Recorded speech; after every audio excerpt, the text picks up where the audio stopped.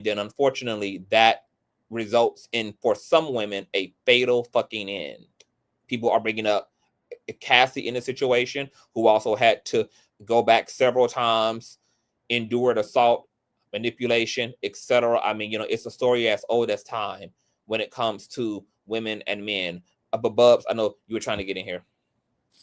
No, no, you basically said some of the talking points that I was gonna say, but I mean, to your point, it goes back to what you said earlier about community and culture. And I'm pretty sure that later on we're gonna talk about Mm-hmm. Girllalala's father, Mm-hmm. about how he Yes. responded to everything. But it's kind of like, if she did not have a healthy version of what masculinity really looked like, which was love, then there's no choice for these women to go out here and try to figure out what the closest thing to that masculinity is. And like you said, because of the culture, because of patriarchy, because of how this is a capitalistic system and they try to make money off of your pain, they create this narrative to say that I need a soldier, I need a trap nigga, I need this. And those individuals do not have to evolve, they don't have to grow. It's like creating a place where everybody can be content, but that content is It's dangerous. feedback in your phone, Bubs. It's not It like a is. scratching, it's like a Hold on one scratching second. or Hold rubbing on. sound. Oh shit! Yeah, hold on a second. I'm sorry. Hold on. Are you good? You guys, a thumbs up, and we're definitely going to get into Girllalala's father, who has entered the group chat, girl, with his own fucking mess, and then her sister coming to her defense against their dad. It's a mess. It is Okay, a I'm back. mess, you guys. All My right. bad. I was changing my shirt. I'm putting on something more comfortable. But no, I'm just saying, like, if the father was there to love their child, they would have a healthy understanding of what masculinity is. But because it's not there, there is this manufactured masculinity that is very toxic. And it needs both men and women to play into it. He's playing his part. Because again, he going back to the whole T app and seeing that as full free promotion. Then it's like he caught the biggest lick, which an individual who had a very big social media following and was growing. But like you said, he was able to again risk his social equity, risk his masculinity card or his manhood card based off of the culture to be with girl Triple I. But because she didn't have that healthy masculine energy around her, she fell for the okie dog, which was sad. And here's also another point to that, um, Bubs, and I want you to finish. Is not only do you need healthy representation, you have to also understand that you have to do the work every single time that you are hurt. Like, you have to do the work. If you don't do that work, you can have the healthy representation in a father, but if you're not clearing up the people that done cheated on you, the people that done lied to you, the people that done use you, and you're not literally dealing with those injuries, then you are essentially just becoming the bag lady and just That moving part. that baggage into a current situation. And that baggage being uncleared is informing you on who to be attracted to and what you are attracted to, because the universe is also going to try to get your attention to do that work by bringing you toxic partners to mirror your injuries back to you, so you can go, oh, I need to clean this up. Oh, I brought my own fair shit into this relationship. Same thing with him. People not Yeah. doing their fucking work. Like, you, and a lot of people they don't like that. They don't like having to be responsible for the injuries that are occurring to them, and they try to hold on to these injuries, and then those injuries lead to attracting very dangerous situations and dangerous people that ultimately go kaboom, because he also could have been unalived in a parallel dimension. This cut up with any which way in terms of who wounds, we're going to get the best of them in this situation. You gotta do your work. If you undergo a breakdown in friendship, in family ship, in romantic ship, you gotta clean that shit up every single time. Every single time. And you cannot have the mentality that, oh, I'm just gonna find somebody who can make this all right again. I'm gonna just hopefully find somebody who will deal with me and the toxic parts of me. No, baby. These are all the errors that we are motherfucking making as we forge ahead, bitch. No, it is no finding someone else to do the work you don't want to do. No, it's your work to do. And it is no walking around injured. Take the time to get into therapy and to do what you have to do, girl. Get into some fucking yoga and flex all of that trauma and bullshit up out of you and no shade. celebrate self. Because no, like people really don't understand, girl. Like the universe is really working against all. It's not working against all of us, but it is working against all of us. I want people to know how cruel spiritual laws are. Spiritual laws do not care, girl. Like its only job is to show you again and again and again and again and again and again and again. And if you don't clear up the reflection, the universe keeps showing you through your romantic partners, through your friends, etc. You may end up in all type of shit. Like him not doing his work, now he done throw his whole life away behind a relationship. Your whole life, girl, you done spent your whole life as an athlete, etc. Had your whole life ahead of you as a black man. Now it's gone because you didn't do the motherfucking work. Girl, La is not here because of her own woundedness as well, playing into his fucking woundedness, and them both antagonizing the fuck out of each other. Because I've seen the text messages from them both. I've heard both of their testimonies regarding their experience of each other.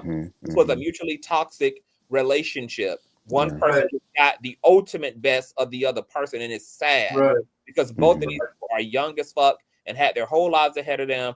But because they didn't do the work, they didn't have the proper demonstrations, as Bubz is saying, it all culminated in the worst case scenario. But I'm gonna let you get back to what you was on. No, you're right, and I'm gonna let him play his name with this, and I'm glad you said that because hey, King Josh, hey, Boo, what's going on? What's going on? I remember when y'all subscribe to my boo, King Josh. Hey, love. I'm subscribed to him. I'm already subscribed to him. On period. Hey. The motherfucking king, baby. I remember when you were giving commentary on when the girls came together to kind of, I guess, have a public town hall in reference to, what's her name? It's on the tip of my tongue. Who dated that white MAGA officer? I forgot. What's her name? I know you're talking about Bubz. Laverne Cox. Yes, thank you, Laverne Cox. And Yeah. there was one sister on there that I really appreciate and I love her commentary, which was Dominique Morgan. And she was being honest. And she said something along the lines of like, you know, when we're sitting here trying to, you know, get Laverne together about her being with that MAGA cop, but we got to also look at ourselves because she was saying like it was a certain nigga in her life that she was messing around to where it's like in the midnight hour, girl, get my titty suck sound real motherfucking good right now. But it's like, again, she became more aware of like, well, yeah, my body may want this because it's an escape. And because queer people are demonized in the way that they are, despite the laws being there to protect them that y'all complain against, these individuals will be willing to take the scraps of something as long as it's something when we deserve so much more than that. So she was talking about that, like you said, that accountability of loving yourself. And Girllalala had multiple times to get away. Even he did, because as you will hear later on, he said, I prayed to God and said, God, remove all the people in my life that ain't supposed to be there. And then a certain situation happened where it removed. But like you said, because that wound is familiar and that familiarity is better than the uncharted territory, I'm going to stick with that fear. I mean, I'm going to stick with that way of being, that way of thinking. But that's why trying to break the pattern is difficult, because now you're believing in yourself without any sort of outside influence. And a lot of queer people, even including myself, I'm learning to love myself without having to rely on outward situations, because I was in a Girllalala situation to where I almost took my own life in 2018 over that, and CTV was there for the whole thing. So that self-love stuff is real, because if not, the universe will give you what you're asking for. No shade. You're going to learn. You may not like how it's happening, but you will learn. Or you don't even understand that what you are getting is what you're asking for, because you aren't even clear about what you're really engaging in. And then you're looking at what is manifesting as like, what is this? It is what you asked for. You just didn't understand the energy and the way that you live that was creating space and opportunity for this type of manifestations. The dynamics between the prey and the predator are energetically compatible. They're energetically compatible. And I mean, I have to go back to Mother Iyanla. And when she literally told that married couple, she said, look, y'all thought y'all came together in attraction. Y'all came together in woundedness, baby. And y'all didn't even know it. All of y'all's initial interpretations of the relationship was, oh, love, love, love, love, love, love, love, love, love, when it was wound, wound, wound, wound, wound. And that's why y'all were triggering the fuck out of each other. Because this was a relationship that was centered around drawing attention to y'all's shadow work. And y'all aroused that out of each other. Now, I know that Tick for Tat ain't too much into the woo-woo and the spiritual and shit, and the metaphysical and all that, girl. But even to what Bubz is saying about like the uncharted territory, how a lot of us will stick to patterns because we're more familiar with those demons than the devils we don't know. Mother Iyanla also said that to the drunk girl who she encouraged to go to rehab, and that lady, the alcoholic, was like, girl, I'm scared, Iyanla. I'm scared. I don't know if I could do this. I don't know if I could do it. I don't know. And she had to look her in the eye and affirm her and say, yes, you are afraid because you know that you are about to become someone that you have yet to know yet. You are giving up on the pattern and you have no idea what lies on the other side because you've stuck to what was familiar. You've stuck to what you knew, even if it didn't work for you, even if it didn't honor you, even if it didn't love you or like you, but it at least was what you knew. And that was better than being in a free fall. That was better than going into something that you had no understanding of. And luckily, that woman took Iyanla's advice and she went forth and did her work and went to rehab, etc. But yeah, I look at 40 years old, I am very clear that the universe is not playing with none of our black asses. Even if we playing, baby, it ain't never playing. And it don't let up either. Like you're not going to win against energy. If you don't change the energy, you cannot change your life. If you don't change your perspective, if you don't develop an emotional intelligence, if you don't really ask yourself the hard questions, if you don't identify the proper shit, you don't have the tools then to uproot and really change the circumstances in your life. We got to step up our emotional fucking intelligence, and we've got to be more introspective as people, and we've got to stop putting more onus on other people and really put it on ourselves and figure out, bitch, like, what am I doing either to directly or indirectly contribute to what's taking place in my life. And the both of them felt to do that, even though the both of them were equally distressed and disinterested and have fallen out of love and were toxic as hell. And because they kept pointing the finger at each other and not themselves, one had to go. Since that's the way it looked to their minds, is that, girl, no, you're the problem. No, it's really in you that's the problem, sir. The enemy is within you. You are sabotaging your own self and you're blaming her for that. And she's doing the very same thing. She's blaming you for her. Right. But I'm gonna shut up. So I love it. I love it. I agree what you're saying, Conscious. For one thing, I mean, nobody deserves what happened to her. She didn't deserve what happened to her. And you know, this sounds bad, but they were both equally as toxic. You can, just like what you said, you can see that all over the stuff that, you know, all over their channels and the stuff that they were saying, putting out there for clicks and views. But they were both equally as toxic, you know, and both equally as dysfunction. And sometimes that crazy toxicity draws each other to each other. And when it's that toxic, it usually does not end well for one or both of them. Mm-hmm. You know, and when you look at this relationship, you know, it's not so, like I said, it's not so dissimilar than, you know, than the heterosexual relationships. But the gay community, just say the queer community, as much as the queer community, they like to think we're so different than heterosexuals, you know, and we behave differently sexually this way or whatever and stuff. We're really not that much different. We learn a lot of that. We learn our behaviors from them most of the time. and we carry it into our relationships and our friendships, you know, and our, you know, our other lives. But we're not, we're really heterosexual adjacent, as much as we like to say that we're different and we're not like that.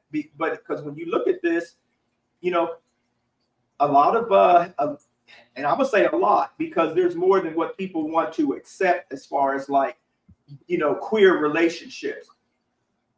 Most of them are toxic, you know. You know, and I've been in them myself, not the abusive kind where there's violence like that or anything, but you know, I've been in one myself like that. And I had to get out of it, you know, because I saw how, you know, what was happening. But a lot of us are in those type of toxic relationships. There's more queers out there being beat down by their partner, or they're beating each other up than even heterosexuals realize. Yeah. You know, so this is not so unusual, because it happens all across the, you know, and all across the board, and regardless of what type of relationship it is, you know. I mean, we hear about these unalivings all around the world, and just like that, and we find a lot of trends, just like what Bubz was talking about, like with Laverne. There's lots of trans, not just Laverne, you know, but a lot of trans. We're hearing that a lot of them have dated MAGAs themselves. Some of them still, you know, might not be dating them, but they're laying up having sex with them and stuff, you know. And sometimes people do stuff just because sometimes it's just out of loneliness, and then, or their toxicity draws each other to each other. But the loneliness and stuff, and just to say I have a man, you know, or I'm in a relationship, no matter whether it's dysfunctional, you know, no matter how fucked up it is or whatever. You know, we're, you know, a lot of us queers are have been or are in those type of relationships, whether people want to believe that or not. And theirs was brought to the conclusion. It's sad, and you know, it shouldn't have happened like that. But it could have easily as just as happened to him too, because there's queers out there who have unalived their partners too. There's other trans out there, you know, not as much as these toxic black men, but some of them have unalived their boyfriends or their partners too, you know. And there's, you know, we see lesbians a lot of, you know, sometimes really beat the shit out of the highest DV rates out of every community is. What did you say? I said who has the highest DV rates is the same gender loving women. So you said something pivotal that makes, like, that really gets to the heart of the issue. Because here's the thing that we all have to wrestle with, right? There's a such thing as doing your work.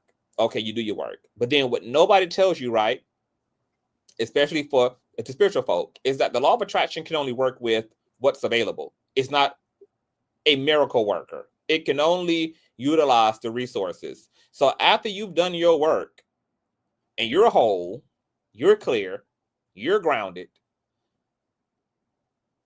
you still may end up ultimately without the thing you have desired, which is a marriage or a long-term relationship. Right. Because if the rest of the dating pool is fucked up, but yet you've done your work and unfucked you, and you're not willing to settle, you're not willing to, your point, tick for tat, to just, you know, close the gap superficially by just having any old person there to say that you got somebody. If you're not willing to acquiesce and bend the knee just to not be quote unquote lonely, then this means that you may have to be enough for your motherfucking self. Because look, I'm a poly person because I ain't met one man who was together yet. So I done played Build-A-Bear with these niggas. Okay, I'll take this part of you and this part of you and this part of you and this part of you and make me one whole damn individual, because it seems like a whole individual is not really on the market and available, and that's okay. I'm also had to deal and rear with this idea of, you know, now that I've done my work, what does that really mean for me? And to be honest, another hard thing that people never are told, because we always romanticize life and romanticize healing and romanticize all this shit. There is a dark side to healing. The dark side typically is you having to be a healed person in an unhealed world, a healed person in an unhealed system, and still having to outsource for your friends, outsource for your spouses, outsource for your community through this debauchery is very fascinating. For me, I have decided to just stay to my goddamn self because I don't know what else to do to avoid the crazy, because there really is no avoidance. If you're out there, they're just going to get on you, baby. Like, they're like flies to spaghetti, girl. Like, that darkness is going to find you. And the only way for it not to find you, girl, is for you to live like an old lady in a wooden cabin, bitch, on a hill, just unavailable from the fuckery, because nothing about your healing is going to change what people are. Matter of fact, actually, the more healed you become, the more broken people become attracted to you, the more. Because on an energetic level, sick people are attracted to doctors. Once you become a healed person, that's what you ultimately represent. You now have all the resources that broken people need to unbreak themselves. And so now you are out there beaming and radiating even more in this energy that is signaling out to all these broken. So you have to become even more accurate in your precision, in your discernment, etc. I mean, it is literally an entire lifestyle change. When you are broken, it's a lifestyle. When you are healed, it's a lifestyle. It is literally a multiverse in and of itself with different rules of engagement, etc. But a lot of people have not dealt with that hard-ass question of, can I be alone? And the reality is that we all can be, if we do the fucking work and we deal with what is contributing to that sense of loneliness. And what really is at the heart of all loneliness is a incongruent relationship to self. That's really the heart and the principle of all loneliness. You can be alone without being lonely. Lonely is the result of a fragmented relationship to self. And romantic relationships are not the only high equity relationships. If we allow ourselves to also pedestalize the love of friendship, the love of companionship, the love of familyship, we can substitute out what we are looking for solely in a quote unquote romantic relationship. Yeah, but this is a fucked up situation that has a lot of moving parts, but it allows us to have a broad conversation around trauma, brokenness, ignorance, egotism, the way that the culture contributes to shit like this, the way that us not doing our work contributes to putting ourselves in jail or ending up in the wrong crowd or with the wrong fucking people and having some fucked up shit happen. All of that. And we also have Deshaun to the platform, and hopefully he ain't got this cheap ass microphone on. Oh no, no, I don't have this microphone. Okay, wait. But do you know how many people stay in marriages? There's feedback in the phone. I don't know why there is feedback. Wait, let me put my headphones on. Let me. Yeah, you got headphones? Yes, put them on, baby. Let me put my headphones on. You just took a shower too? Did you just take a shower too? Oh yeah, I took that shower while I was listening to, what was going on. You know what I mean? So, just wash down slowly, and all the goodness. But do y'all know how many people stay in relationships their whole life? They'll stay married or stay in a relationship their whole life just to say they have someone, but they're lonely in that relationship their whole life. They can be in there for 30, 40 years married to people. We have grandparents and parents and grandparents and stuff who stayed in these marriages, and they were unhappy, and they were lonely in those relationships. Sometimes it was only their kids that brought them any happiness or joy. And sometimes the kids didn't bring them that too, but they stayed in these relationships for 30, 40 years or till one of them died or whatever. And then sometimes once that person died, then, they became happy or whatever. But there's lots of people that stay in these relationships and they're lonely in these relationships. Yeah. Can you hear me now? Is it clear now? Hey, Deshaun. Yeah, you good now. You good now. All right. So, you're also got to be careful about people love bombing you too. A lot of people be love bombing you, and then right down the line, you may think that this guy's the best guy in the world or best woman in the world, and it seems at the end of the rainbow, they're not so great because they changed up or switched up on you. You know what I mean? That too, and that also can end up toxic. People Those are like to usually use narcissists. Those are people. usually narcissists. It's a certain type of love bombing because a lot of times when you meet people and you start getting into a relationship, there's a okay type of love bombing, and then there's the toxic type of love bombing that comes with somebody that's narcissistic. But a lot of people, when they get into relationships, they shower, they might shower each other with overpraise or love this and huggy duggy and stuff like that. It kind of wears off, kind of wears off a little bit. But it's when you love bombing somebody and then all of those narcissistic characteristics come in after that, where it's going to cause harm, and you love bomb that person, so you can draw them in and manipulate them. Yes. Yeah. Yes. Okay. Do y'all want to get back a little bit to this video to see what is going on, or do we need to jump into the father? Because I think we kind of have her relationship to her man. I think we kind of got. But This your show. This your show. You do what you want. But wait, I ain't trying to do her all night for one, and I ain't trying to beat it dead. But I will say this. If you want to continue on with the story, because there is more that does happen that kind of, really solidifies the red flags, you can definitely check out my commentary on it where we sit there through the entire video. So if you want to do that, that's cool. If not, you can go to J Inclusive and watch it without any commentary. But I suggest that you guys finish it because that type of toxic behavior is a behavior that is promoted for people to follow. And like CTV said, like Sean said, like T said, that lack of self-love, that self-awareness, you make yourself target to people who are predatory, who see that you're wounded. They can smell the energetic crimson fluid, if you will, in the air to be able to come at you and siphon the life out of you. And there was some elements where he was doing that because it was like, okay, bitch, well, if you ain't gonna give me what I deserve, I'm gonna just take it from you. But yes, self-love is important. If you don't, you open yourself up to other things. And even if you do love yourself, you still have to maintain and evolve in that self-love because you get to a new level. There's new challenges.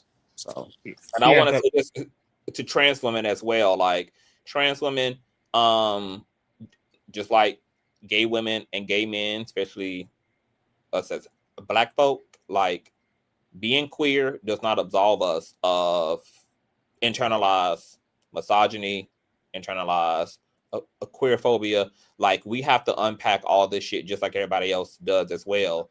Like even for gay men who glorify toxic masculinity, for Black trans women who glorify toxic masculinity, who shun upon the feminine or the in between, etc. Look, this shit is killing us. These attractions are literally killing us.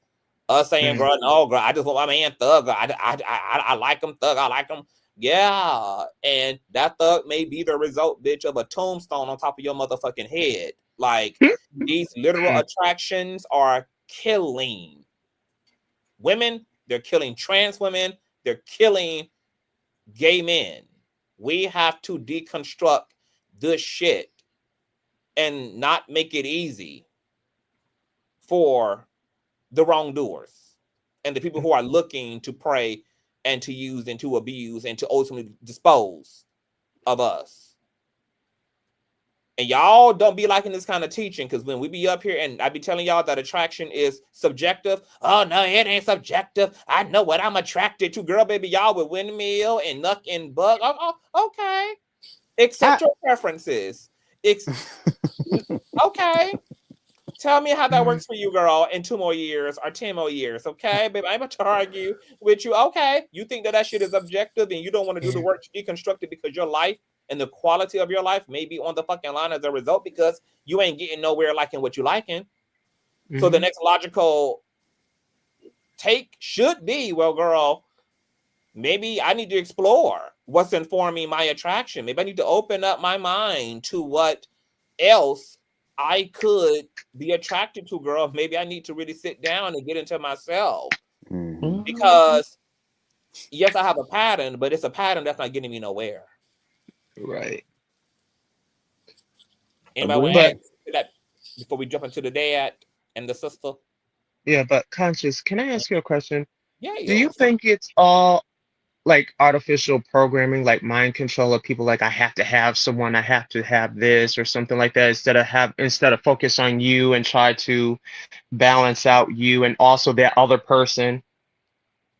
You know what I mean? I don't know how it works, but like I don't know. Yeah, It's it's like a a give or take.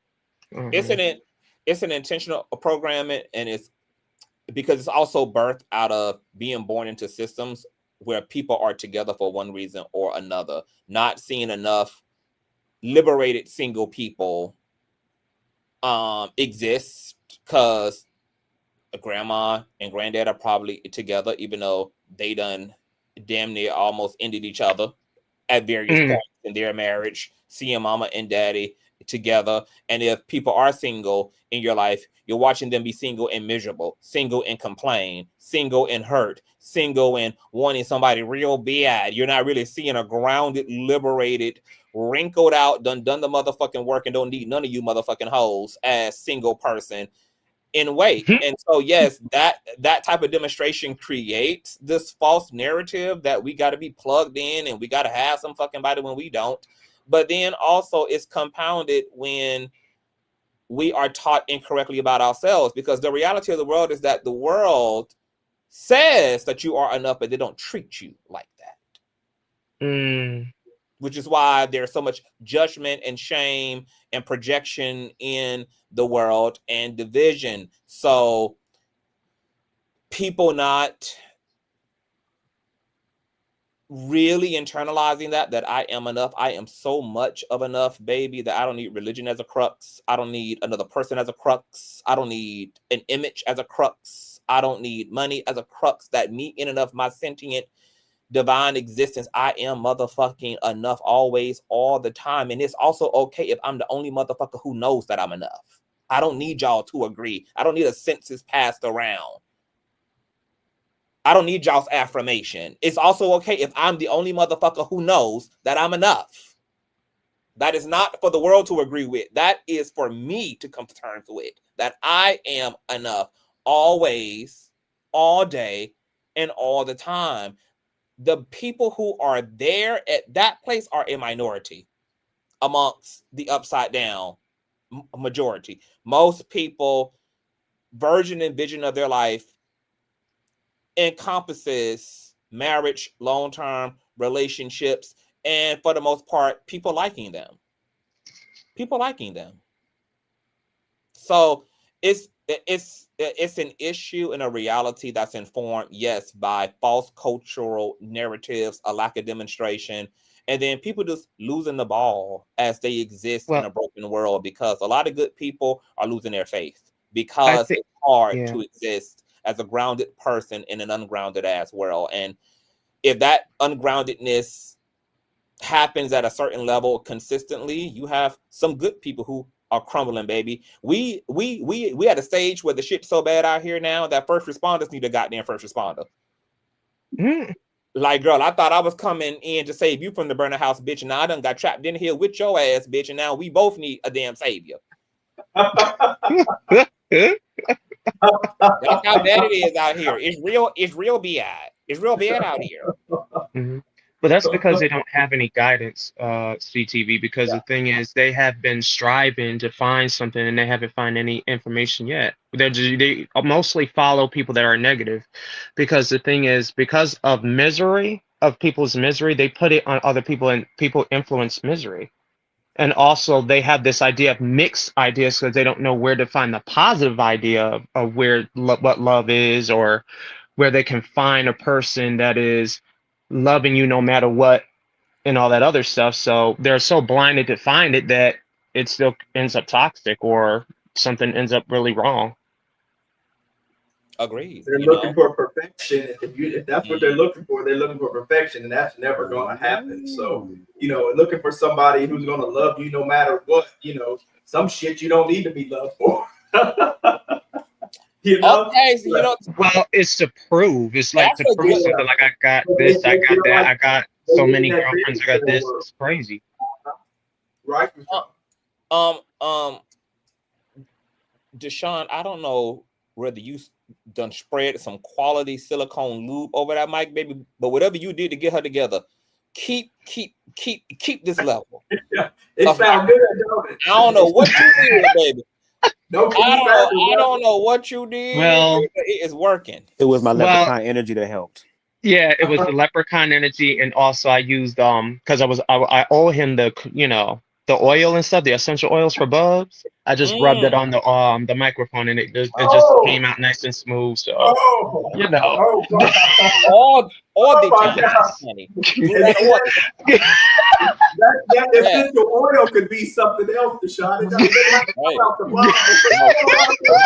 Miraculous.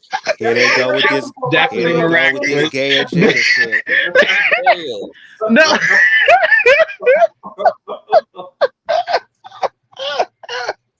I can't. And like I said, we should have. Well, what about adding Say So TV in this too? Like I said, it. No. Cause that nigga top. Hell no. Spread the love and spread the cheese. I rebuke that. Free your hole, Bubz. Free your hole. Let me free my mind first. The rest will follow. The whole is last, bitch. I can't get off. It's perfect. So I have a question for y'all. Speaking of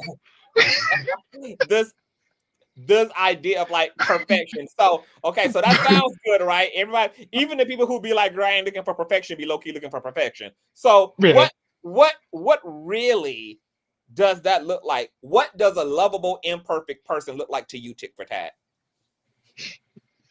A lovable, imperfect person. For myself, because we've had this conversation before. To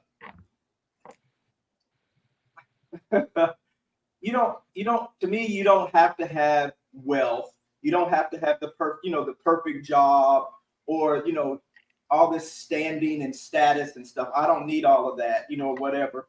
And,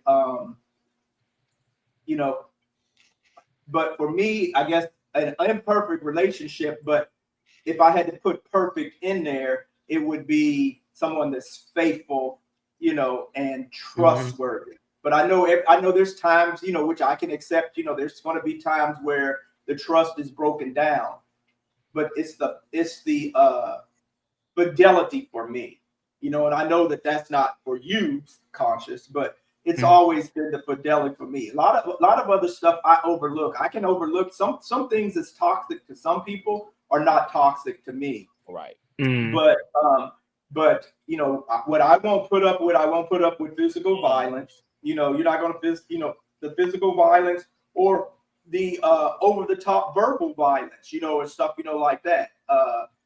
The deliberate, where you deliberately set out to hurt the person or whatever, because of your own, because of your own trauma, because I can put up with a little trauma, I just can't put up with, a whole lot of trauma where you're inflicting your trauma on me. We can work at your stuff together or my stuff together, or whatever. But when you start inflicting that on each other to intentionally cause harm, that's where I'll draw the line and the infidelity part. So and I know that's not realistic, especially at this. It ain't never been that, and because from the beginning of time, man has had, 10, 20, 30, up to 100, 200 or 300 women all throughout what they call, if you believe in the Bible. But, if you believe in that Adam and Eve story stuff. But when we look back on history, man has always, actually been what I would call fluid, But what I would say is, I think most people are fluid, but Mm-hmm. I think you can have fidelity, in that, because I think some of us, even though it's not a natural thing, just from our upbringing and and our conditioning and stuff like that, some of us can be have fidelity and believe in that type, want that type of thing, and some of us can be, faithful. But I also know that probably, I'm just throwing out a number here, but I'm gonna probably say probably about 80 to 85% of people, whether it's man or women, are not faithful in their relationships, whether one knows it or both knows it. One of them's usually cheating or something. You know what I'm saying? Mm-hmm. So, but that's my unfaithful, faithful. Okay. I mean, Yeah, my perfect, unperfect thing, because Yeah. I put up with a lot in relationships, and I forgive a lot because a lot of stuff just doesn't matter to me. But And those forgiveness things, is a natural part of relationships. We have forgiveness, forgiveness is for me. Now, this is just for me, Yeah. to a certain extent. But if you're, this is when it's really time to leave, because if the person keeps doing the same thing, and basically you have to keep letting them do the same thing to you over and over. But if a person keeps doing the same harmful thing to you over and over, and you forgive them once or twice, you just say you forgive them, but they go back and do that again, then should we forgive them? Do we have to forgive somebody because what they say in the Bible for your own self-healing or your own soul or whatever stuff? Sometimes, to me, sometimes people don't deserve to be forgiven, and it depends on what that is that they have done to you, and that can vary by person to person. But there's certain things that I know that you're going to do to me that I may be able to forgive you, whatever, and I may be able to forgive myself for forgiving you. But if it keeps happening, then that's my fault, But then I don't need to forgive you for that either. Yeah. So I have a question for you. Are you still with your international piece of trade? He ain't no trade, man.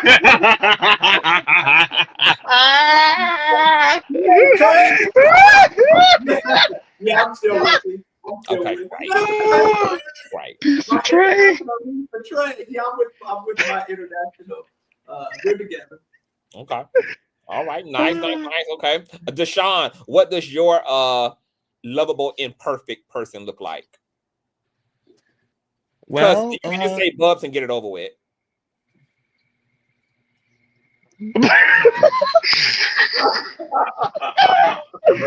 that was quick.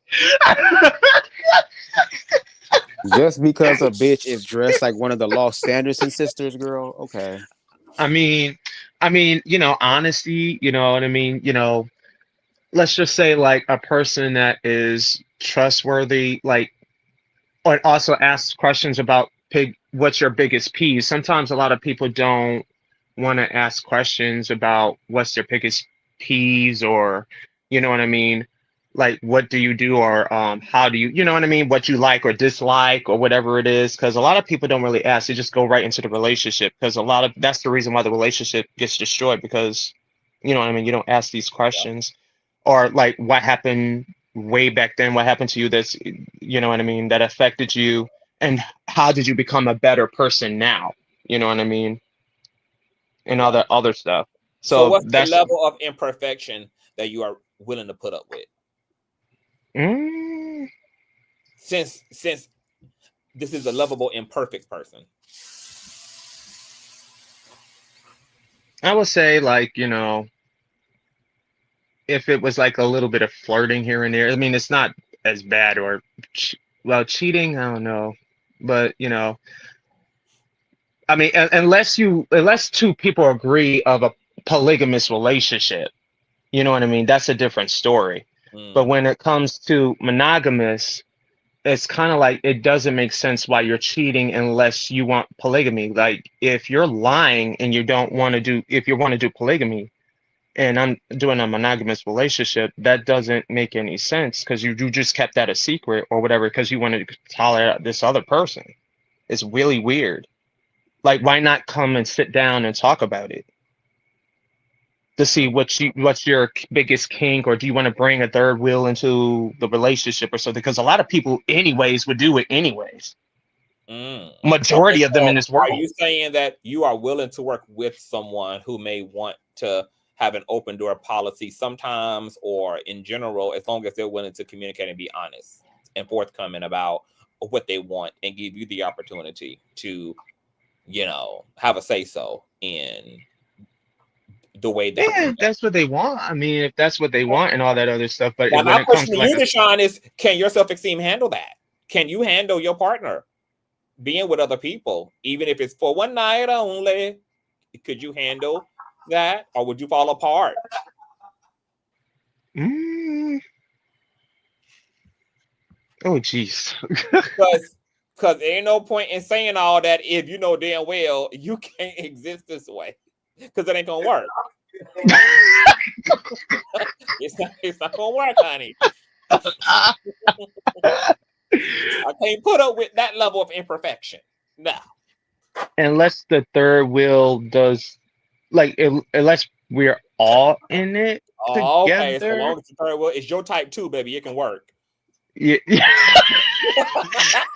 Long as the third wheel your type 2, baby, you can yeah, handle that. yeah. You got it. Yes. Sean, this is a damn trip. Bubz, Get them headphones working good, bitch. what does your lovable imperfect person look like, child? Well, for one, they don't want to snatch my booty hole from me, so that's one. Okay. No, some of the things that Tifa T said, I kind of touched on, but I guess kind of to elaborate further. Someone who understands that I am an emotional person. I'm not over emotional, but I'm emotional. The type of work that I want to do is emotional work, like with being a creator and stuff. So I would want my partner to understand that. I love to talk. I don't really do good with small talk, and I need my partner to be able to go around the world with me. I like it to where we can talk about anything and make it good. There needs to be some form of laughter. Baby, read me and throw shade. Girl.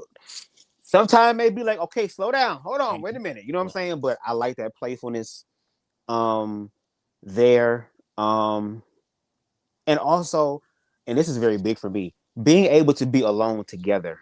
Yeah. Because I've spent some time by myself and kind of been on my introvert thing, I'm really starting to like discover things about me, but also like certain things about myself.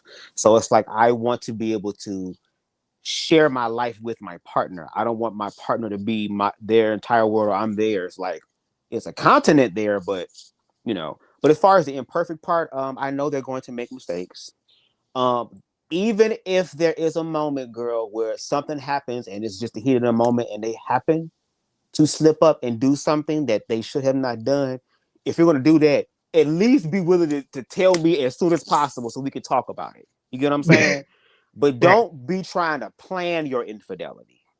You know what I'm saying? And if what I am super intentional, yeah, and if what I'm bringing you is not enough, tell me. Yes, it's going to hurt, especially if I put energy into it. But I'd rather hurt a little bit now than to sit up here and believe something and then have it snatched underneath my feet. Do you get what I'm saying? So, like I said, making mistakes. Even if that happens to cheat one time, girl.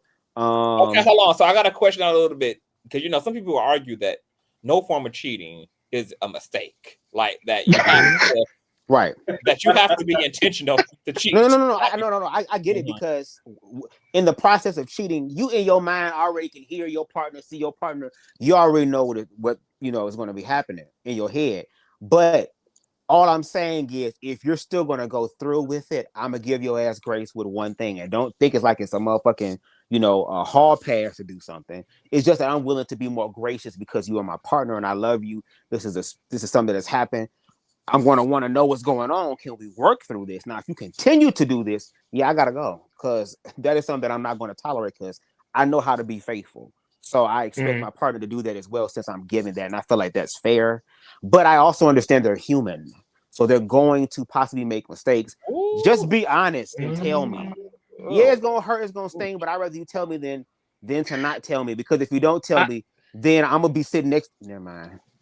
I You think know what I consider a mistake at this point? Like, mistakes are like, girl, we have a shared account and you accidentally spend some of my coin too, bitch. Like, that's a mistake. A mistake is like, you using my car and accidentally having a Understandable. fender bender in it, or you like, but I don't know if I consider, low key going upside my head as a mistake. Cheating on me is low key a mistake. It's just like, Right.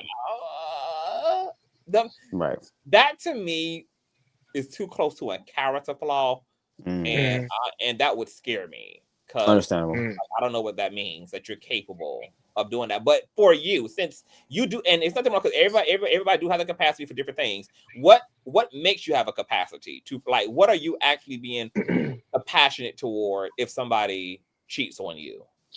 That's why I say it depends on how they go about what they've done. Because again, like, and when I say heat of the moment, I'm using like it may be considered an extreme situation, but I know people blame it on A heat of the alcohol. moment better be that when this person crawled into bed behind you, you thought it was me for a little while. Bitch.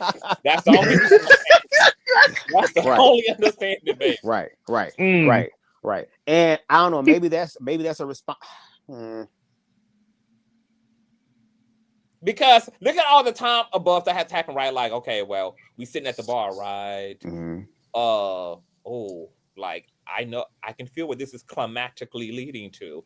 Like, oh, okay. You kind of getting with me. You're putting your head on my, you're leaning your hand on my thigh, we start to like Mm. it's so much time, right, for your partner to be like, let me get the fuck up out of here. Like, let me get away from True. this. Like, True. so Yeah. True. so the fact that your partner had to literally live through this whole experience to cheat, Mm-hmm. how can it be a mistake? Understandable. I guess I'm also being realistic because again, people are human beings and things change as things progress. You know what I mean? You grow with somebody, there may be a Okay. moment where you're not growing. So it's like, out of the possibilities of things that I would not prefer to happen, I'm also being realistic that if it does happen, bitch, it better happen one time. And I'm not saying I'm just gonna be just arms wide open. No, it's going. You have to put a little bit of work to get back in good grace. Is what I'm saying. You know what I'm saying? But I'm also being realistic because, like everyone else is saying, and people have said, a lot of these men do be unfaithful. So if that happens to be something that I do attract and I'm not aware of it, and then it happens, I just hope they would be aware enough to tell me. Now, I would prefer to get the one that's faithful because I'm faithful and I do believe I deserve that. But again, being realistic, like I want to live a very long life, but that's not guaranteed. Do I just stop living? So Okay. now what is yours? What is yours? Looking like the Bubbles version with the motherfucking Hocus Pocus. Girl, come on. What is it giving us, Blueberry Mama? Okay. Yes. My version of a lovable, imperfect person is literally a normal person who makes what I consider to be normal mistakes. Like hurting me is not a mistake. So just everything a person doing everything but something that directly is designed to hurt me. So like I said, I can understand you getting carried away on spending and you kind of done fucked up our budget a little bit, so we got to regulate that. Or I can understand but to be honest, at this stage of my life, I don't have a lot I can put up with. I do not have a high tolerance. I have come to accept that if I exist, there's other carbon copies of me that exist too in the fucking world. No shade. No shade. I am so clear and comfortable being alone that this makes me even worse at patience because I'm clear that I can do this without you. So you need to do it well, actually. No Like, shade. I'm not desperate. I'm not sitting around in need of no fucking body. So if you're going to be here, you're going to be here correct. And you're going to afford me what I'm going to afford you. And putting up, it's like, we can't be different in ethics. We can't be different in morality. We can be different in a whole lot of other ways. We can have different likes in music. We can have different likes in movies. We can have different hobbies, but we cannot be different ethically. And I think that that's where the issues for me come into play at when it comes to like physical abuse, or even when it comes to infidelity, it's like this is more of an ideological issue, and I just don't know what's going on with you, that you don't have that type of control. And I really don't have a lot of I don't have a lot of room for you making an excuse for cheating on me, because you ain't never accidentally given the money out of your fucking pocket to a thief. You ain't never accidentally, girl. Like, it's a lot of accidents you ain't never had happen. It's a lot of mistakes, bitch, you ain't never had to fucking make. But you think you can play on my head top and make mistakes with me? No, I want you to be just as intentional about me as you are in protecting that car, protecting them credit cards, protecting everything else that you take pride in. You got that little closet of yours lined up real nice with all your little nice fancy shoes and clothes, and everything is pristine and organized, and you wouldn't dare let a bitch throw a cup of Kool-Aid or even accidentally, girl, like, fuck your shit up. You wouldn't just let anybody drive your fucking car because you take pride in it. Like, take the same pride in your relationship, have the same level of honor and sacredness for this as you do all the other things you choose to uphold well in life. So but to your point about being understanding of people's humanity, I think I would make space for that if I knew I was dealing with somebody who hadn't had a lot of life experience. Which is why I don't deal and date down. I date up, because I like people to be cultivated enough and have spun the block enough and to have lived long enough to know what the fuck they want to do, know who the hell they in fact are. And so that's why I don't date people in their 20s. I don't even really date people in their 30s unless they're in their late 30s and up. I do not date younger men at all, because what turns me on is experience. I like to have a partner that can teach me something, a person that can give me a different perspective, a person with a certain level of maturity. You know, I like beards. I like men who look done and well seasoned. And so, you know, just normal mistakes, nothing to have to do with, bitch, with fucking up our coven. All of that is gonna get your ass canceled, bitch. Period. Especially at this point. I just don't have no time. I don't have no type of time, and I ain't making no time no more. Like, I made all that time, and let me tell you something, honey. People rarely learn. So it's more so about, like, just aligning with people who are what they are, more so than, you know, just I don't want to live alongside someone. Like, I don't want to watch someone grow. I want my partner to have arrived. So I look for a certain level of attitude and sophistication and thinking and emotional well-being to avoid a lot of the fuckery of what should only be happening in very young relationships, and unfortunately are still happening in relationships at 40, 60, 100 years old. But okay, let's move along. We got to get to the father here, you guys. So Girllalala's tired ass negative, go in the mouth wearing ass father has come out and, you know, stated that, girl, she wants the ceremony that he's going to have for his child to be one that honors the boy part of her identity, not none of that trans shit. So this is what the father. Oh, do I have it? Okay, hold on. I done fucked up something. This is what the father. You guys, please run the likes all the way up, honey. I thought I had pulled it up, but I don't have it pulled up. But I'm about to pull it up right now. The father of Girllalala has spoken out. Some people are finding his preference to be fair, since he only wants that to be the case for, I guess, the ceremony that he's going to attend. He's open to other relatives honoring, you know, her as she was in her and she. But we're going to get into all of that conversation here. Where's the dad? Here we go. With his ugly ass. All right, check this out, bro. This is Father La La La La La. Let me see here.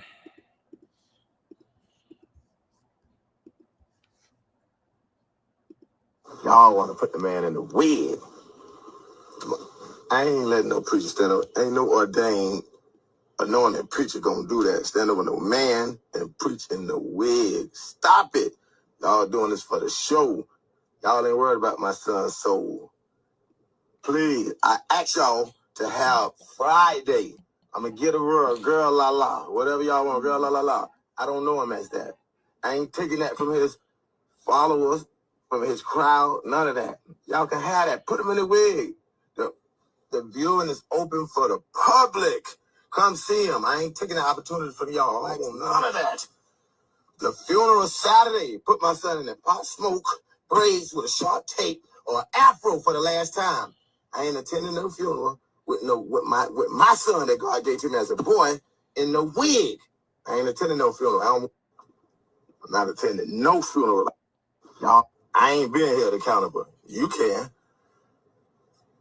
Once I secure and make sure my son got a funeral paid for y'all, for the people who truly, genuine donated and supported, I thank y'all. Everybody that called, text, email, prayers, thank you. That genuinely love my son and supported him and want to see him buried the right way. I'm going to make sure that everything is taken care of. And then I'm going to release his mom and his sister. They can do whatever they want. But I want to attend the funeral. I'm sorry. I can't. Forgive me, but I just can't. But I'm going to guarantee you he's going to have a funeral. I hope y'all enjoy the show, the Girllalala show. Enjoy it. I ain't taking nothing from none of his followers, nothing. I don't want no money, nothing. I'm going to give y'all a receipt. I don't want none of that. I buried my son last year. No GoFund. Family and friends only. Thank you. Me buried my son Boosie last year. Thank you, man, for everybody that helped me. His family, my family, friends, supporters. Thank you. Phone calls, again. Thank you. Text messages, prayers. Thank you. That I ain't get one person to offer besides the people that did. I don't want to look over you. One person said, "Oh, I do this for Boosie. I do this. Oh, let me help. Let me do this." But everybody want to attach their son, they self to Girllalala. Everybody want to make profits off of my pain. Bro, please let me rest. Y'all can have the funeral. Let me rest, bro. Let me rest. I enjoy my peace. Let me rest. Me bury my son Boosie. Okay, now Girllalala's sister entered the group chat, girl, and this is what she had to say in response to Father Lalala and his sentiments.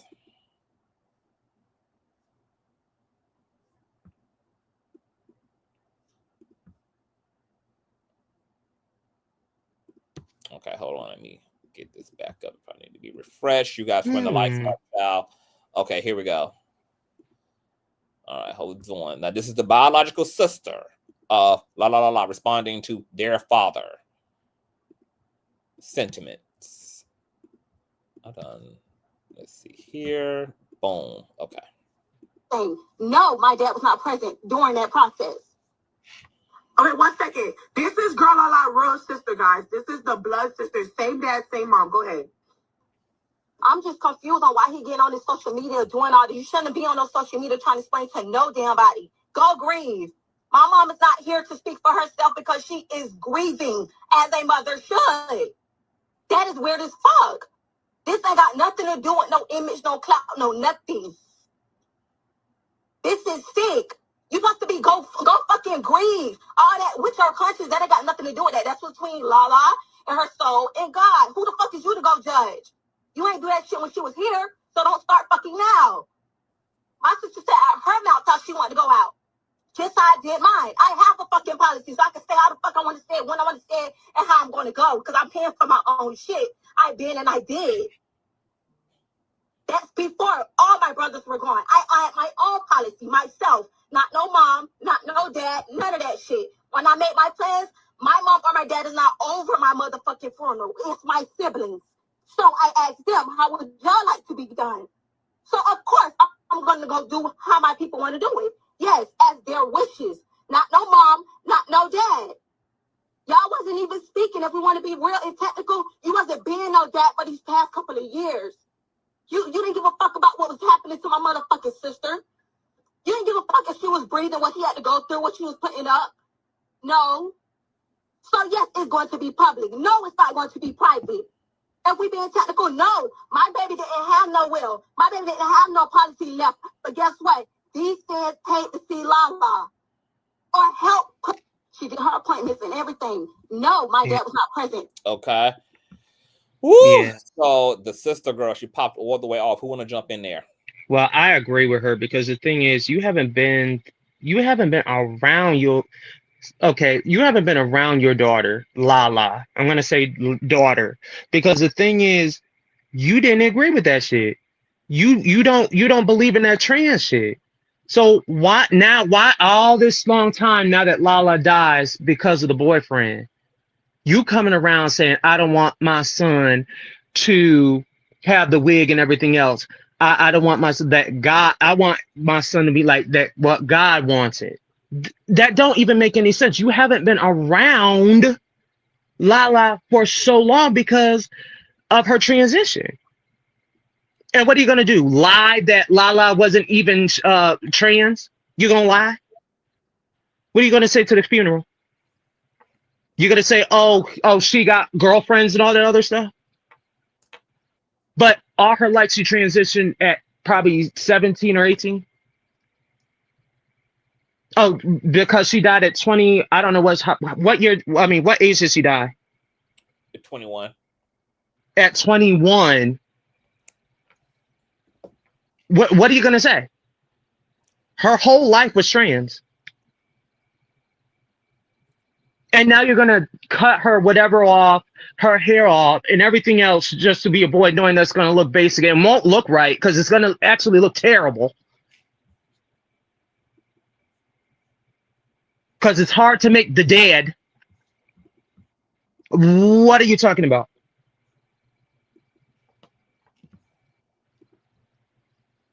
Who has the rights to her body? Who has the rights to her remains? And that's the thing. Does she even create her own when she dies? Did she have her own right? I mean, it's basically, if was she a them and they, or did she go by she and her, or them and they, or did she go by she, he, him, her, whatever. But it basically going to boil down to who has the rights to her remains. Is it, and is it her mother and them who actually has the rights to the remains, or are they relying on the father to put this funeral or whatever together? Because if he puts it together, he's going to put it together the way he wants, making a spectacle, but it's probably going to be a spectacle anyway, regardless of whether, she's laying there, in a wig or whatever. Because everyone knows she was with the boy. So what is he gonna say? He wasn't even there with her. He wasn't even around. So now you coming back to transfer her back to a boy? You wasn't even there. You didn't even look. That's crazy. Jermaine says he read on Facebook where the mother says she's going to do what she wants. So, so she's going to do what Lala wanted, or the mother's going to do what the mother wants to do. Probably in response to the dad, like Yeah. To probably. So, I mean, I would think if she's living her life as a woman, if she's living her life as a woman, I would think you would honor her wishes and and bury her, have this service and bury her that way. Especially if that's something she has talked about. I know she's young and people don't have wills, and usually most people don't have wills at that time. They're not thinking about, dying at that age or whatever. That's why wills and stuff or your last wishes and stuff are very important, kind of, even at an early age, if you can talk about that type of stuff, because family will step in and, take over and do stuff the way they want it to be instead of the way that it should be. But it's probably going to boil down to who actually has the rights over her remains. So who's paying for this funeral? Because if the father is paying for it, then he's probably going to go and do it the way that he wants. If the mother is paying for it, she'll probably honor. It sounds like a few different services are going on, because he acknowledged what he wanted, but then he also spoke about like the mom and sister can do whatever they want with Lala. Well, then, I mean, he can have the service. He can have the service he wants, but they don't have, if the mother has the remains, they don't have to release the body to him. You know, he can just go have a private service off and do whatever he wants. But, you know, as long as they don't release the body to him, he can't put her in men's clothing and dress her up as a man. But if they release the body to him, you know, for him to have a private service, he's going to do what he wants to do. And that's, you know, that's a, I mean, I don't know Lala, you know, so, you know, I don't know how Lala, you know, if Lala, you know, bounced back and forth, you know, from this, that, or the other, you know, or she was strictly, you know, if she was strictly considered herself a trans woman, or sometimes she was, you know, I mean, she could be non-binary, you know what I mean?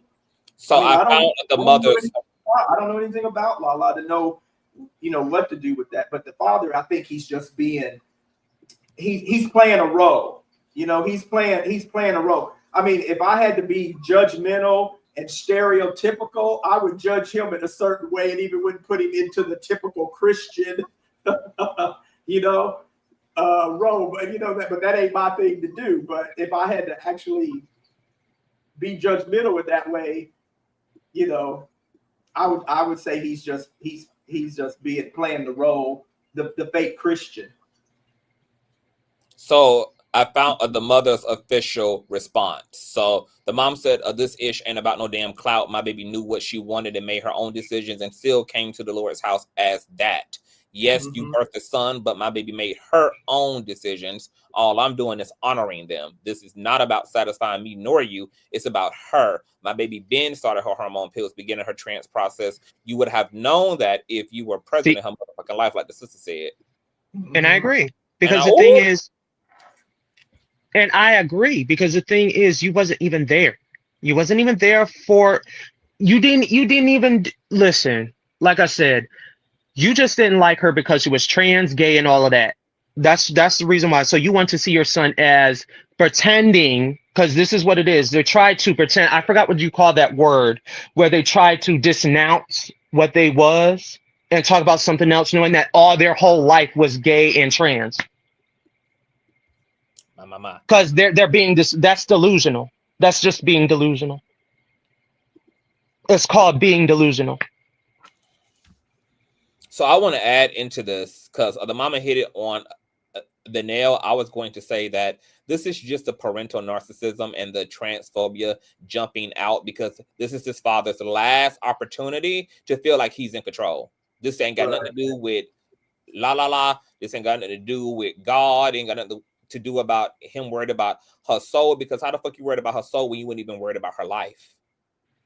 That's the thing. You wasn't even active in her life, so how the fuck you all of a sudden now? Because if you're concerned about her eternity, then you should have also been concerned about her biological salvation. You should have been there to provide. You should have been there to cover her in your love. You should have been there to cover her in protectiveness and to bring the father figure part to the situation. But this ain't got nothing to do with you even being a father. You don't even really have the same smoke for the man that took your daughter's life. And this is just about you trying to soothe your own transphobia by being able to look in that casket and see your son rather than your trans daughter. That's about you. That ain't about her. And this is exactly why I'm going to encourage all queer people, baby, have your will and testament together, because it's the reason why my family ain't nowhere to be found in my motherfucking funeral. You will lay the king down in the ground as he stood on top of that motherfucker. So, yeah. But yeah, I do want to say, and no shade, you would think that, because there's a video of him where he's leaving the hospital after discovering that Girllalala had passed on, where he was like, you know, let me out the hospital before I hurt myself or I hurt somebody. And he spoke about, again, losing a child already. So you would think after losing a child, you would try your best to mend whatever shit you got going on with your other child. And like you said, if he was more present in Girllalala's life, then maybe he could have saved her life, and that would have strengthened y'all relationship. But to your point, like you said, this is the last form of control. And a part of me wants to look at it or try to see it from the part of a parent grieving, I guess, also the expectations they had of their child, because again, parents always expect to go before their children. But now in this situation, their children have gone before them. of him wanting to be able to remember the child. I guess that again his ego wants to accept, but since this is the real world and we're dealing with realities that are very jarring and traumatizing, we also have to understand that they happen for a reason. So allow girl Triple-Lie to be laid to rest and try to look for the love of your child, because your child not even there anymore. That is just a physical shell of your child. Your child is somewhere else. Do you get what I'm saying? So it's like, but this is a sad cautionary tale for people in the queer community, even dealing with the parents, because again, if the community was there like they claim they are, especially in Jesus' name, then there would have been so many trans women that would still be alive today. But no matter how much we share the information, obviously we're still lying and not telling the truth. So But also, who's getting the body? Who's getting the body? Who are they relinquishing the body to? Because that's going to determine it. well, yeah. It sounds like it's the mother, really. Then, yeah, if they're relinquished to the mother, then the father, whether he has a GoFundMe or not, he's just going to have a private service without her body being there, unless the mother gives the funeral home or whoever has the body, the morgue or whatever, whoever has the body, unless she gives them permission to, and turns that body over to him, then he can't put her in men's clothing or anything like that. He can just have a private service, and whoever wants to attend that can go attend it. But as far as if the mother is not relinquishing that body, then it's nothing he can do. But if she turns that body over, if she has her funeral, if she has a service for Lala the way the way Lala wanted it or whatever, but then she also turns that body over after to the father, then he's going to have the type of funeral or service he wants. Now, how they put her in the ground is going to be whoever gets the body back. He done raised almost $30,000. He created a short, a small GoFundMe that says to contribute to arrangements for Maurice J. Harrison, aka Girllalala. You may do so here. As a family, we appreciate every prayer, kind thought, and gesture toward our time of bereavement. Once we finalize arrangements, we will share how you can contribute to the funeral home directly. Also, thank you. And $30,000. And then what happens to the money? What happens to the rest of the money that's left over? Who gets that? If there's money left over, who gets that? Going to him, Right. Okay. So, he I think he knows what he's doing. He's starting to GoFundMe. So whatever service he paid for it, if it don't come to however much they raise, he gets the rest of it. I wouldn't contribute shit to that. And it's interesting that now when it's time to come for the money, you can respect her pronouns. There's no problem, ain't no issue, ain't nothing. You name it, Girllalala. But now all of a sudden, you can't. Okay, you want to remember your child with a Boosie fade. And why is he raising a GoFundMe? I thought I just heard him say that he wasn't raising a GoFundMe. He didn't need the money. Right. See how misogynistic that person is by saying it? Narcissistic. This is all a role to play.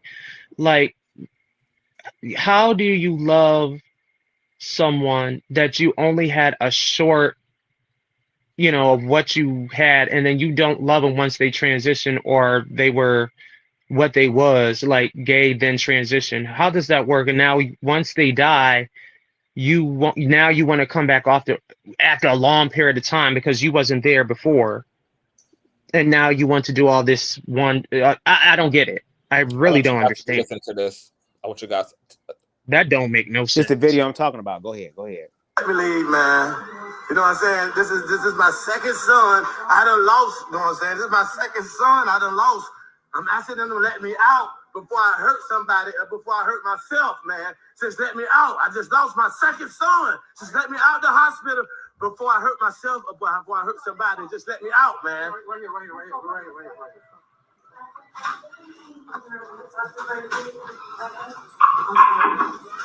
And you weren't even in your daughter's life. You wasn't even. That's the thing. This is selective outrage. He's only doing that to him. Okay, so he's doing that. This is just emotional things of what he was missing with her. That's what it is. But you wasn't there. So that means you are guilty. Well, now we're going out the government. You are absolutely guilty because you wasn't there for her. You wasn't there for her. That's the thing. So you just skeeve along, and now you want to come back, and now you trying to get a selective outrage out of a spectacle out of everyone. That's just diabolical to me, ain't it? Like somebody Anyone? says, performative. It's performative. Mm-hmm. Yeah. I think It's it's an performative. act. I Yeah, think it's it's an performative. Yes, yes. It's a performance. It's a performance because again, he had the opportunity to actually show up it's in her life when she needed because a real man in her life the most to defend her from a fuck nigga. the thing is fair base. So the thing is fair base. He's trying to plant in a spectacle so that all the fathers can get scared, so that so what they want to do is to have the trans to turn back to a boy, transition in death. But the thing is, this is the thing. A lot of the LGBT need to start making their own funeral arrangements for themselves, so that anyone who dare touches it, they'll get arrested for it, because you're not allowed to do that. That's their wishes, not yours. Yeah, you have to leave that though. You have to have that in writing. That has to be written down somewhere in order to prove that, so that other family members, whoever the next of kin, doesn't step in and take control of your remains and stuff like that, You or your property. you So then people, it's once somebody dies, relatives, greedy relatives and all that, they'll step in to it, undo your wishes and everything if you don't have that it's written down somewhere. it's really best to actually put it to a funeral home, one of those, the main funeral people that will actually say, I got it. You and the main person that died wrote this, so I can't change this. That's Yeah, against the law. a funeral home doesn't have the legal. They don't have the legal whatever to be able to enforce that. It has to be written down, preferably with a lawyer and a lawyer and certified or notarized. But even if it's not certified or notarized, it needs to be written down in your handwriting, or have it written down, or have a voice, have something in voice, a recording or something saying what your wishes is. Because if you don't do that, the next of kin is going to be your family somewhere, or whatever, and they're going to do what they want to do. They're going to step in and they'll take whatever property you have and stuff too, if you don't have that written down or voiced somewhere. But a funeral home can't. They can take your body, but you have to tell them what you want to do with that body, and as far as like how what kind of service and stuff you want, even unless it's written down. Now, if it's written down and the funeral home has it, and they can prove that that's the handwriting of that person, then they can use it. But most people don't turn over their wishes to a funeral home. Your next of kin or your partner or whoever you've given that to, or your lawyer or somebody turns that over. As a 21-year-old, I'm sure that she didn't have her I'm stuff sure she in that sense. Yeah, right. She didn't think that far out at that point in her life. But it's a good we thing don't think we're going to die at that age. that her mom is going to be on it.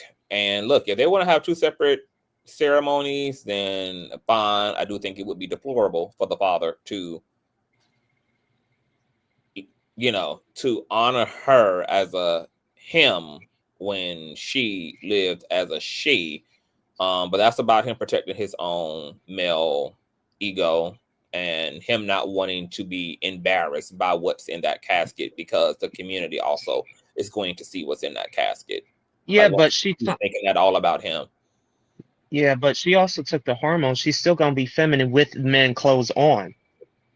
He don't care about that. It's just about him to any degree in which he can make it.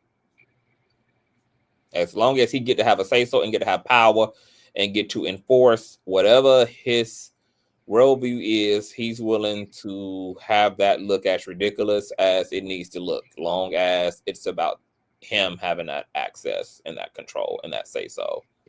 Now, I got a question. Because even in death, he wants her to know, I did not accept you. That's why he wants her. That's why he wants her in that casket as a him, because his ego means more to him than anything else. And even in death, he wants her to know that my love was not there. Oh yeah. And they sit up Oh, here and and say that we lie about our own experiences, and here's the factual evidence. So y'all, we can't even come in the world as queer. We can't even live in the world as queer, and we And can't can't even leave. die queer. God damn. Yeah. The fuck? Yep. Girl. Yeah.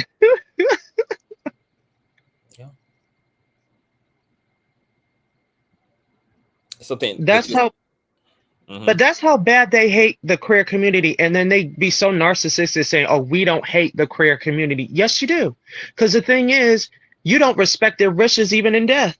You don't even respect their wishes of what they did, what they have done, what they did to for you and your community and their community. Because you want to put in what you want to say and how you want to say it and what you see in it. But the person that is dead did so much more.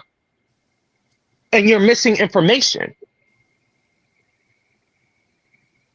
So you're just trying to create a lie, which is not even true because everyone know what they did. That don't make sense. It don't make sense. And no shade. This is why marriage equality is so important, because it allows queer people to have these opportunities, to have these things already in place. I told people a long time ago, there's a documentary, I think it's on Netflix, called Bridegroom, about these two same gender loving men that were in a relationship, but they could not get married legally. One of their partners tragically, suddenly passed away, and he was barred from his partner's funeral and told that if you show up, we will have people outside waiting for you. So imagine not being able to see your partner in a critical state in the hospital, and then by the grace of God, source, universe, consciousness, a nurse allows this partner to see his deceased partner. They didn't even get to say goodbye as the last moments were happening, and then barred him from the actual funeral, where, again, like in the same situation with Girllalala, wants to remember her in her past life. That's why marriage equality is important. That's one of the reasons why it's not about the sanctity of marriage. That has nothing to do with us. Y'all be fucking that up. No shade. But it's about the legalities and all of the safety nets that come with it. So that, again, if I'm with my partner for so many years and he passes on, I have the ability to be able to remember him the way he wants to be remembered. And it's going to be my job to make sure that he gets what he wants, even in death, because that is his last request. That is his last effort of control right then and there. Well, but I guess that's what happened when you're not in your child's life. All that guilt and shit. When death comes into the picture, all that guilt and shame starts to bubble up a lot. I'm gonna put Sunny's comment. I'm gonna put her comment here because I was thinking the same thing that Sunny just put here. You know, Sunny Love always. You know, the sick part is he really believes he has a reputation to uphold in his city, in his, I guess she's trying to say, in his sick, delusional, egotistical, maniacal mind. You know, this is what when. You know, I'm assuming that the probably people, you know, the way he presents himself, and you know, he kind of seems like an ignorant man to me anyway, and he probably gets a lot of negative attention. But this actually, when you start throwing the religious aspect into it, you know, and this is what God wants, and this is, you know, he's a man, woman. When you start throwing that whole thing into him, then the especially in the black community, the black heterosexuals are going to run to, even if they didn't celebrate him in life, you know, and didn't, you know, they thought he was a criminal or look down on him or whatever. But when he starts putting this in there, then the people are going to be drawn to him because homosexuality is the worst sin. You know, it's there's nothing, you know, whatever. So, but when you start throwing that religious Bible type stuff in it, and God made man, and that's my son and not a woman, and God made man and woman to be together, you know, Adam and Eve and not Adam and Steve type shit. You start putting that in there, there's a whole lot of people are going to come over to his side, and that's going to give him some notoriety for a little while, and give him you know, bring some fame and to him. You know, because he's using the, the Bible to bring these people over to his side. And it doesn't care what they think about him now. It's just, he's a God-fearing man, even though he's a wolf in sheep clothing to me. But I thought that was interesting that she said, because I was thinking the same thing, that he's here come the religious community now. And then, y'all, we've been in all of each other's comments and stuff where when it comes to gay, homosexual, queer, trans, or whatever, they'll light these comments up about God this and man, woman this, and y'all are sick and Yeah, but and he, he has a right to do it the way that he wants because that's the way God wants it. I'm gonna tell you the reality of this. These the people that are saying all those things, they don't even realize who they're sleeping with. They don't even realize who they're sleeping with. Look at what Mega broke Grinder, for God's sakes. I'm just gonna go back to this, because these black people follow Mega. They do, but the thing is, yes, they're Democrat, but they follow Mega when it comes to gay and queer and everything else. Let me tell you a secret. They broke Grindr, which means it's a gay site app, and also trans. They watch trans porn. See, a lot of people don't want to talk about all this other stuff. Oh yeah, and I also watch on YouTube. I forgot her name.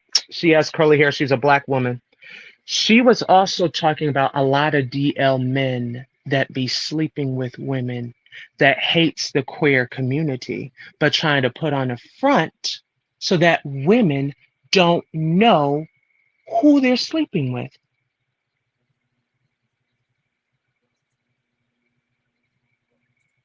How many times do I have to keep saying this? And the highest rate down there, the highest, is down south.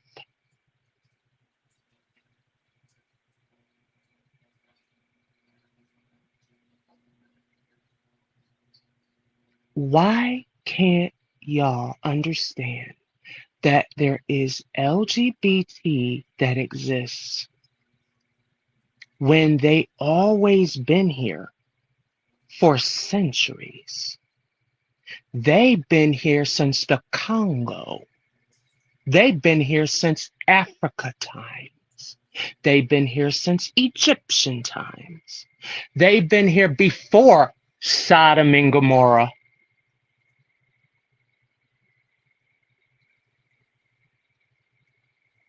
You have their kids. Vice versa, lesbians too. But people want to own them because the thing is, it's all about incubating sexuality of their kids. It's called incubating. It's actually from Hitler, because Hitler did the same thing to the LGBT. They used lesbians as incubators to make sure that they're straight. They don't like this type of teaching. And Black people follow into the genome realm. It's an energy. It was white people first, then it's Black people. They're copying one another. That's a low vibrational energy. It's called control. The thing is, what they want to do is, because they are getting controlled by the elites, Black people have nowhere else to control. So the ones that they have to control is sexuality. Now let's talk about it. Why not have a kid? Why not have 5 kids? 1 kid is gay, 1 kid is bisexual, but 2 kids or 3 kids can be straight and can inherit your family line. You don't have to worry about these 2, but it's too much like right, because they're so concerned about the sexuality. But let me tell you another hint. I told you King James was a homosexual. I told you that. And I already told you that he was buried beside swords. History repeats itself over and over and over again because the thing is, then there's gay people that say they don't want to be gay no more and then creates fear base amongst the next generation of the LGBT to get rid of the LGBT, starting the T, the B. Deshaun, Yeah. why are you narrating as if you are a cuckold for your favorite adult entertainment couple?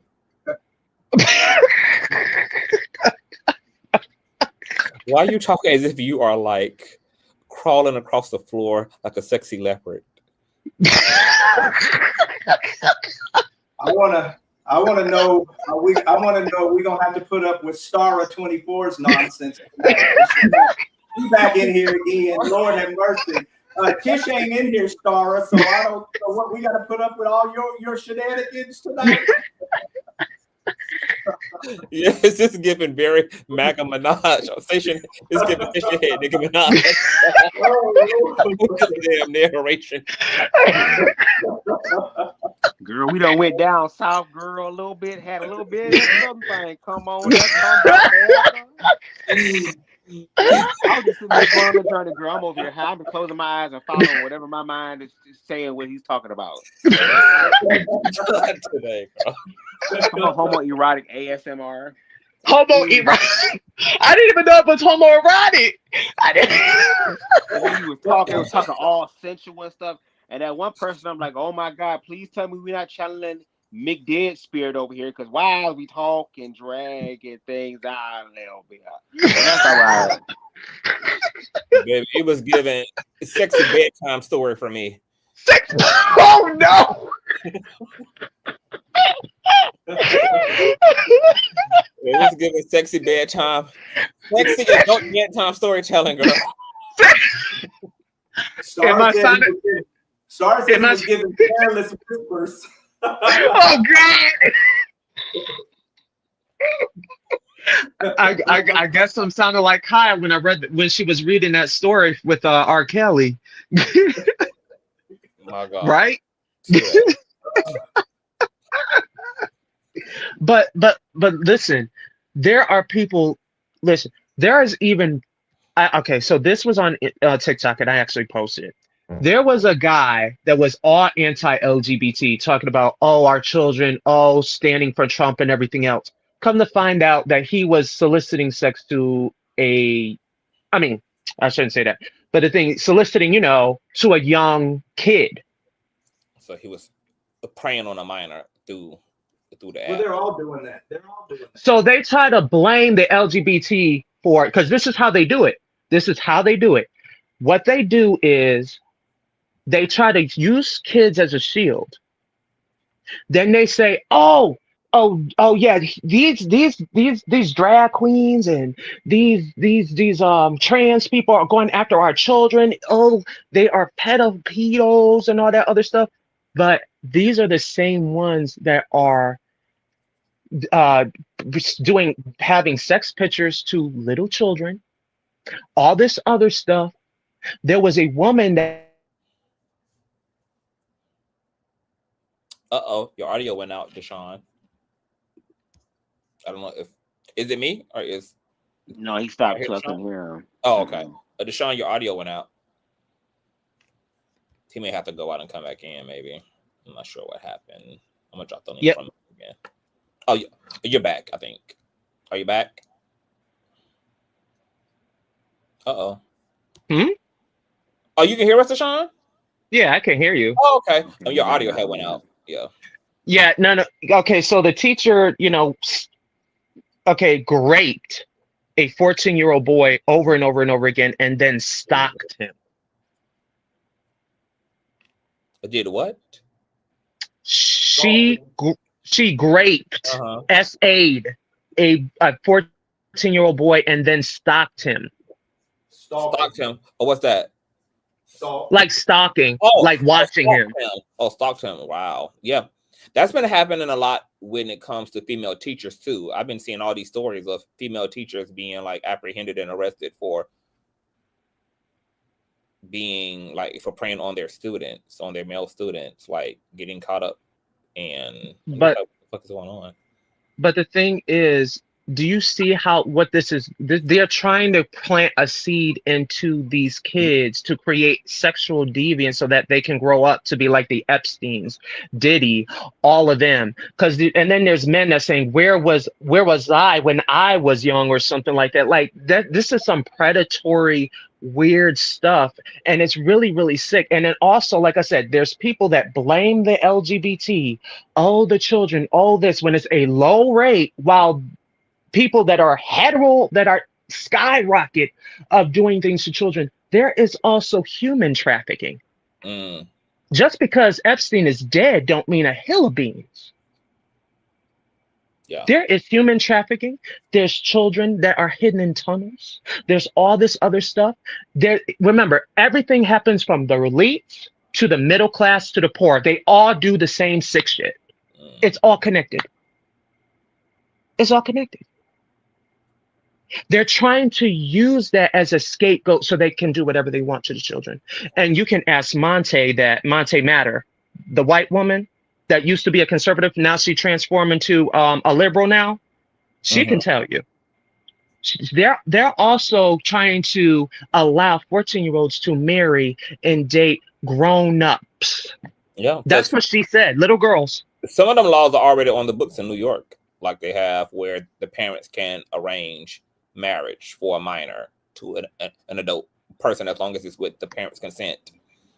And no shade, like there's even been pastors who were in their mid to late 20s that were dating girls young as 16, waiting until they were 18 in order to marry them and then finally be intimate with them. So it's just very like, wow. But we don't see people yelling off the mountaintops about that, because again, it's heterosexual. And that's what matters, because again, to them, heterosexuality is supremacy, and as long as it's heterosexual, it's right. It's when it's queer that it's not. But the problem is, I just want dominant society to just sit down and ask yourself, what the fuck is really wrong with you? Like, I really don't get the obsession with the way other people show up in gender or in orientation. I'm not like, have you ever even asked yourself, where does it come from, girl? Like, what has made me this overbearing and ridiculous as a human being that I literally give a fuck about how other people love and how they show up in their own bodies? I mean, this is like the equivalent of literally being in somebody else's house, because when we're talking about gender, we are literally talking about the way people exist in their own temple, the way people show up in their own body, in their own house. Right. Like, your body is literally your house. It's the safest space you can actually have, and it's the only space that you in fact actually own and have. And have people actually ever thought about why the fuck it's like so invested in the way somebody else is existing in their flesh? Well, I got an answer for that. It's because you're property to them sexually. They own you. Even though they don't really own you, they own you through sexuality. That's the reason why. You cannot do whatever you want and think that I can see it through my eyes because of what you look like. That's basically what they're basically saying. Even though they say, I don't care about homosexuality, oh, I have homosexuality, whatever, and friends like that. No, you do care. You absolutely care. Hiddenly, you do. Because you don't want your kids to be gay, even though your kids are going to be gay anyways. One of them. Anyways. Did y'all also see they don't get to live in their truth, why should you live in yours? Exactly.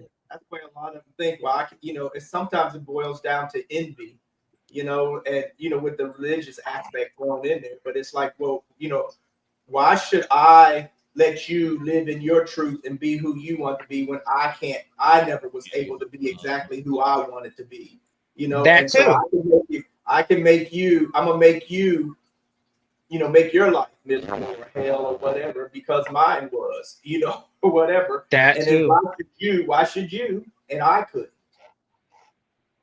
And That speaking too. of that, this is a post from the father. I don't know.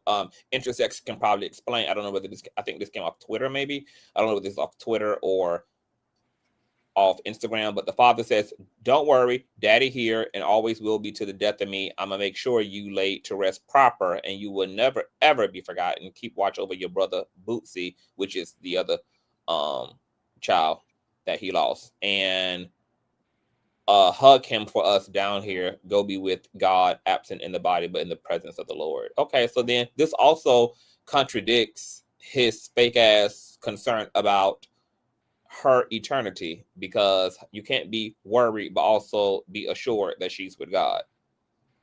Yeah. But see, you talk out of both sides of your mouth when you're not telling the truth.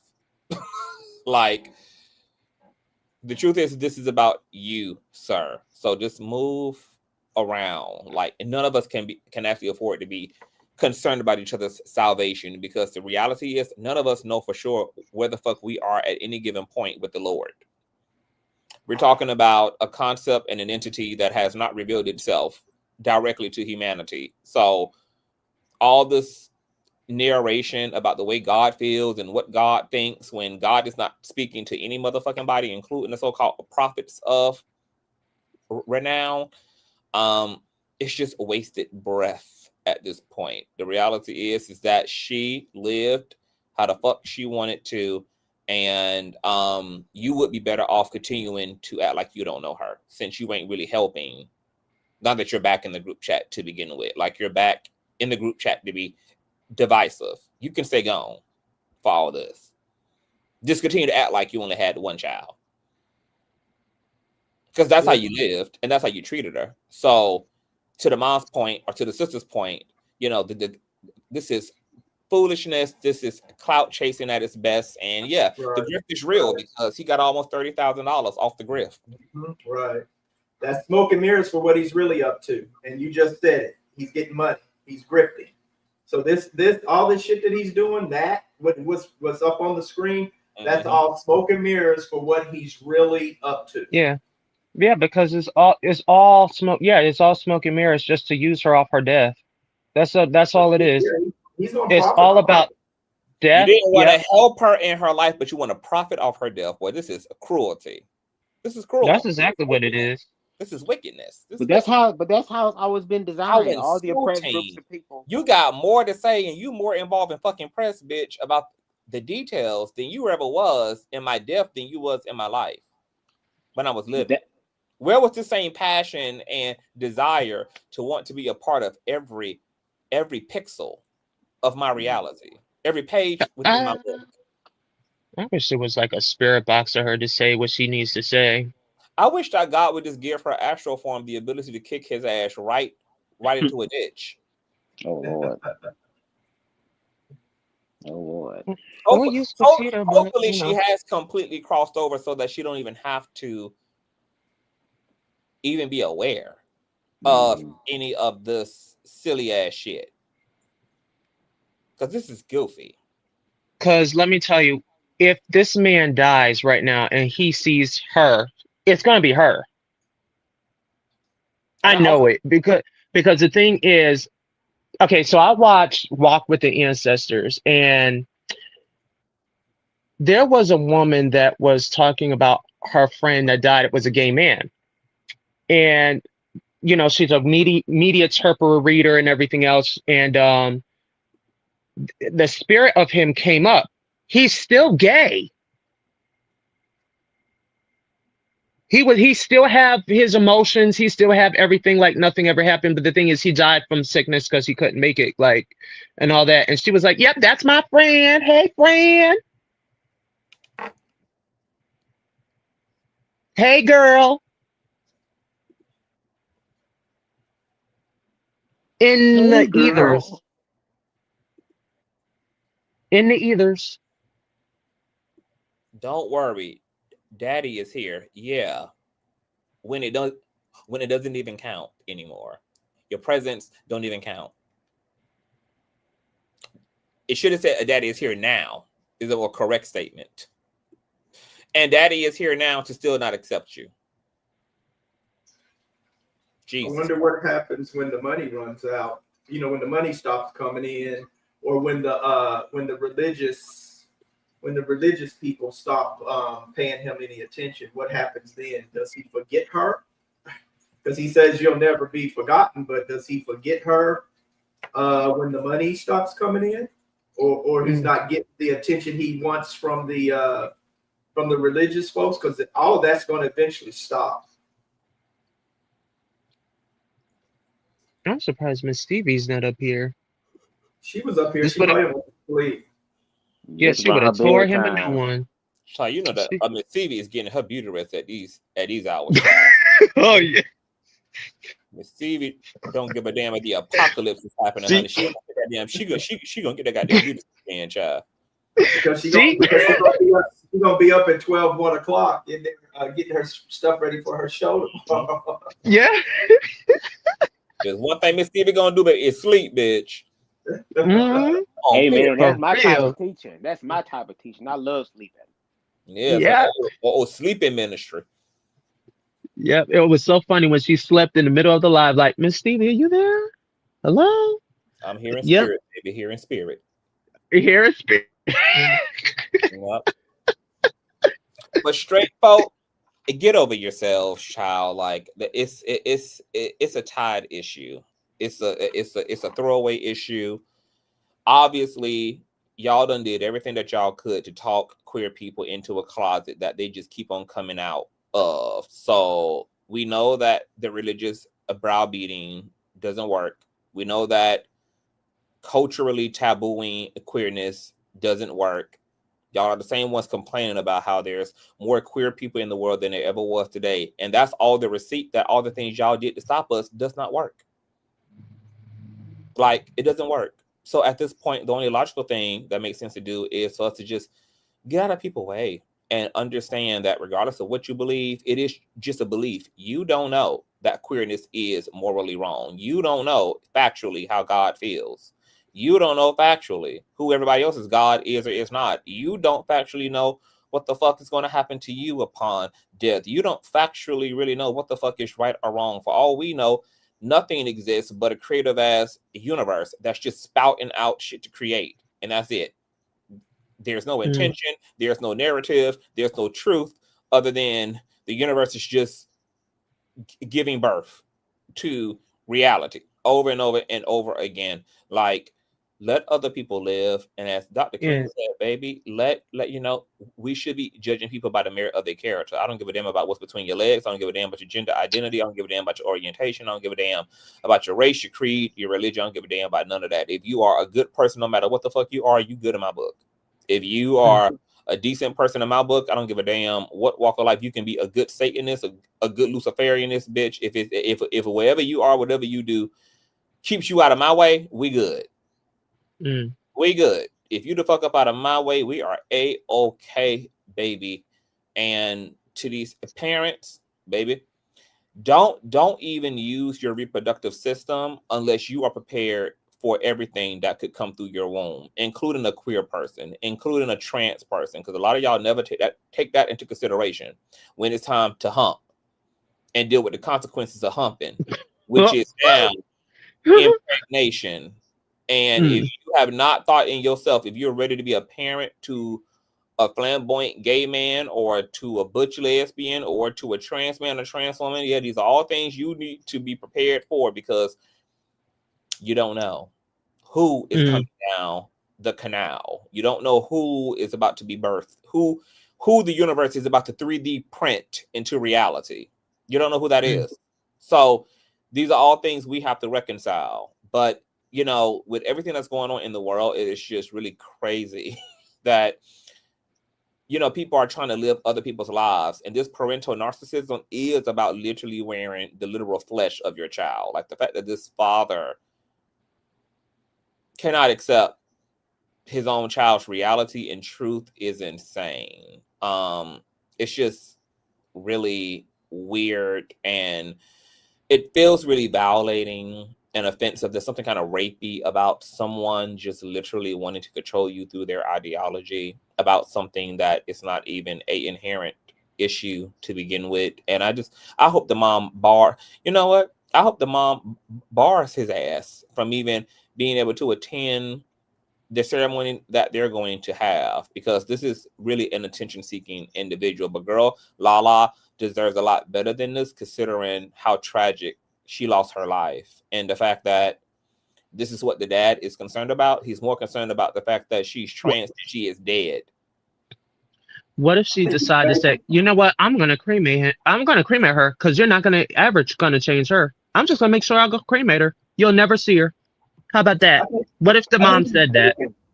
I think he's faking it. I think he don't even care that. I don't think he really cared whether she was trans or not. I think this is all about grifting and making money. He ain't paid her no attention probably throughout her transition or whatever. I think he's just doing this for show so he can, make money and stuff off of it, because he knows that it's going to draw attention to him. And because I don't think he probably gives a shit one way or the other. I can see that. I can accept that too. That is all about the grift, all about the coin, all about perpetrating the fraud of it all. But we've been here, you guys, for 3.5 hours. Got to get out of here. Any final words? Tick for tat. Thanks for having me on. Thanks for joining. I love when you guys hit the link. I love it. I walked in the door and threw myself in the bed, took my clothes off, was laying there in the bed naked, getting ready to turn on the TV. Oh, wow. And then Deshaun sent me the link. I said, let me pop over there and see what they're talking about. And I saw Bubz up in here too. I said, oh, all right. So I just threw put that shit on, honey. Had to put that shit all the way back on, honey.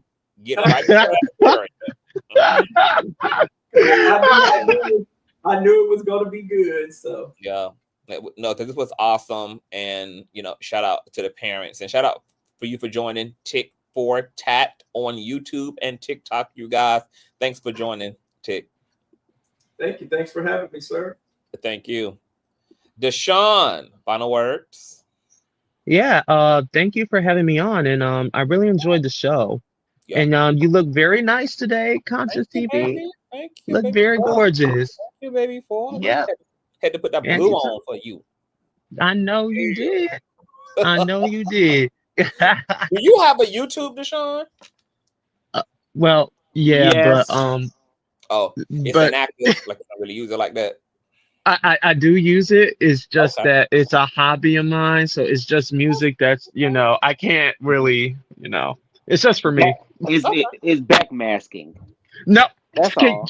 Wait, can you stop? Bubz, listen. No, well, it's something that I used to do when I was a kid. It was something I used to do when I was a kid and all that other stuff because, like I said, I heard it through a tape cassette and it was a gospel song. And I was hearing some weird backmasking, like the sound effects, like the sound waves of the voices of the chorus and the singer. It was scary. And then it reverts back to normal. I'm like, what the heck was that? And I had to keep rewinding it. Like, what the heck? And then ever since then, I was intrigued by that since the 90s.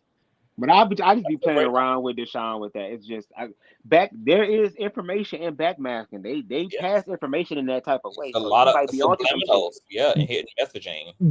Blame the tape cassettes, because the thing is, if I never knew what that was, I wouldn't never did this reverse stuff. Because I like I said, when I heard that tape cassette, because someone must have broke the tape, like someone flipped the I forgot what you call it, where it's the ribbon or something like that.